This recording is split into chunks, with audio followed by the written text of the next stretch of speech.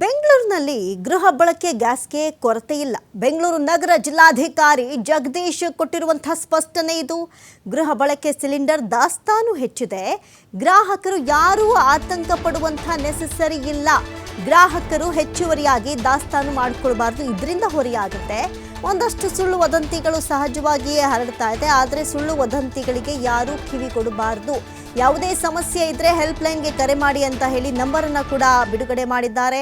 9611403384ಗೆ ಕರೆ ಮಾಡುವಂತೆ ಡಿಸಿ ಜಗದೀಶ್ ಇಲ್ಲಿ ಮನವಿಯನ್ನ ಮಾಡಿರುವಂಥದ್ದು. ಯಾಕಂತ ಹೇಳಿದ್ರೆ ಗ್ರಾಹಕರು ಈಗಾಗಲೇ ಆತಂಕಕ್ಕೆ ಒಳಗಾಗ್ಬಿಟ್ಟಿದ್ದಾರೆ. ಸ್ಟೋರೇಜ್ ಮಾಡಿ ಇಟ್ಕೊಂಡ್ಬಿಡೋಣ, ಮನೇಲಿ 2-3 ಸಿಲಿಂಡರ್ ಇದ್ರೆ ಅದೆಲ್ಲದಕ್ಕೂ ಫಿಲ್ ಮಾಡಿ ಇಟ್ಕೊಂಡ್ಬಿಡೋಣ, ಮುಂದೆ ಸಿಗುತ್ತೋ ಸಿಗಲ್ವೋ ಅವಶ್ಯಕತೆಗೆ ತಕ್ಕಂತೆ ಬಳಸೋಣ.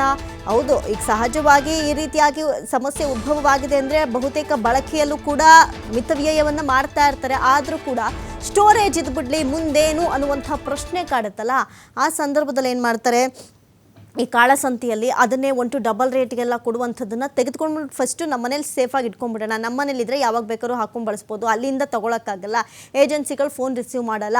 ಇಂಥ ಹಲವಾರು ವಿಚಾರಗಳು ತಲೆಯಲ್ಲಿ ಬಂದಾಗ ಏನು ಮಾಡ್ತಾರೆ, ಗ್ರಾಹಕರು ದುಪ್ಪಟ್ಟು ಹಣವನ್ನಾರು ಕೊಟ್ಬಿಟ್ಟು ಸದ್ಯ ತೆಗೆದಿಟ್ಕೊಂಡ್ಬಿಡೋಣ ಅನ್ನುವಂಥ ಮಟ್ಟಕ್ಕೆ ಬಂದಿರ್ತಾರೆ. ಯಾಕಂತ ಹೇಳಿದ್ರೆ ಸಹಜವಾಗಿ ಬೆಂಗಳೂರಿನಲ್ಲಿ ಬೆಂಗಳೂರಿಗರು ಎಲ್ಲರೂ ಕೂಡ ಬ್ಯುಸಿ ಆಗಿರ್ತಾರೆ. ಈಗ ಹೊರಗಡೆ ಕೆಲಸದ ಜೊತೆಗೆ ಮನೆಯ ನಿರ್ವಹಣೆಯ ಈ ಒಂದು ಸಂದರ್ಭದಲ್ಲಿ ಗ್ಯಾಸ್ ಇಲ್ಲ ಅನ್ನುವಂಥ ಕೊರತೆ, ಗ್ಯಾಸ್ನ ಅಭಾವ ಸಹಜವಾಗಿ ತಟ್ಟುತ್ತೆ. ಎಲ್ಲ ಹೊರಗಡೆ ತಿನ್ಕೊಂಡ್ಬಿಡೋಣ ಅಂದರೆ ನೋಡಿ, ಇವಾಗ ಹೋಟೆಲ್ಗಳು ಕೂಡ ಬಂದಾಗುತ್ತೆ.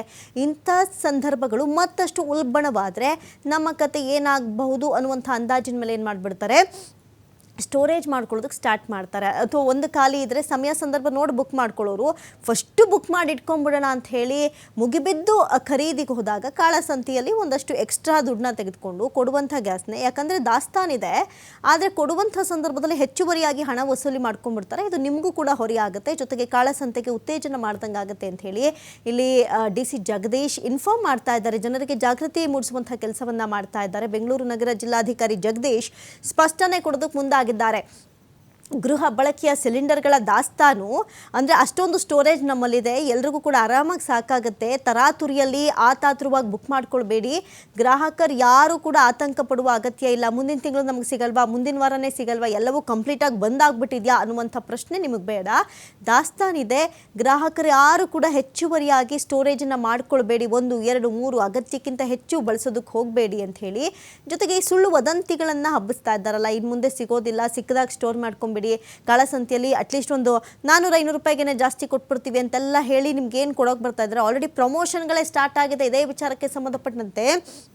ಇಂಥದ್ದೊಂದು ಏಜೆನ್ಸಿಗಳಿಂದ ನಿಮಗೆ ಗ್ಯಾಸ್ ಸಪ್ಲೈ ಮಾಡ್ತೀವಿ, ನೀವು ಇಷ್ಟು ಪೇ ಮಾಡಿಬಿಟ್ರೆ ಸಾಕು, ಆನ್ಲೈನಲ್ಲಿ ನಿಮ್ಮ ಮನೆ ಮುಂದೆ ತಂದು ಹಾಕೊಟ್ಬಿಡ್ತೀವಿ, ಅಥವಾ ನೀವು ಯಾವಾಗ ಫೋನ್ ಮಾಡಿದ್ರು ಕೊಡ್ತೀವಿ, ಫಸ್ಟ್ ಅಡ್ವಾನ್ಸ್ ಪೇ ಮಾಡಿ, ಇದೆಲ್ಲ ನಡೀತಾ ಇದೆ, ಆಲ್ರೆಡಿ ಸ್ಟಾರ್ಟ್ ಆಗಿಬಿಟ್ಟಿದೆ.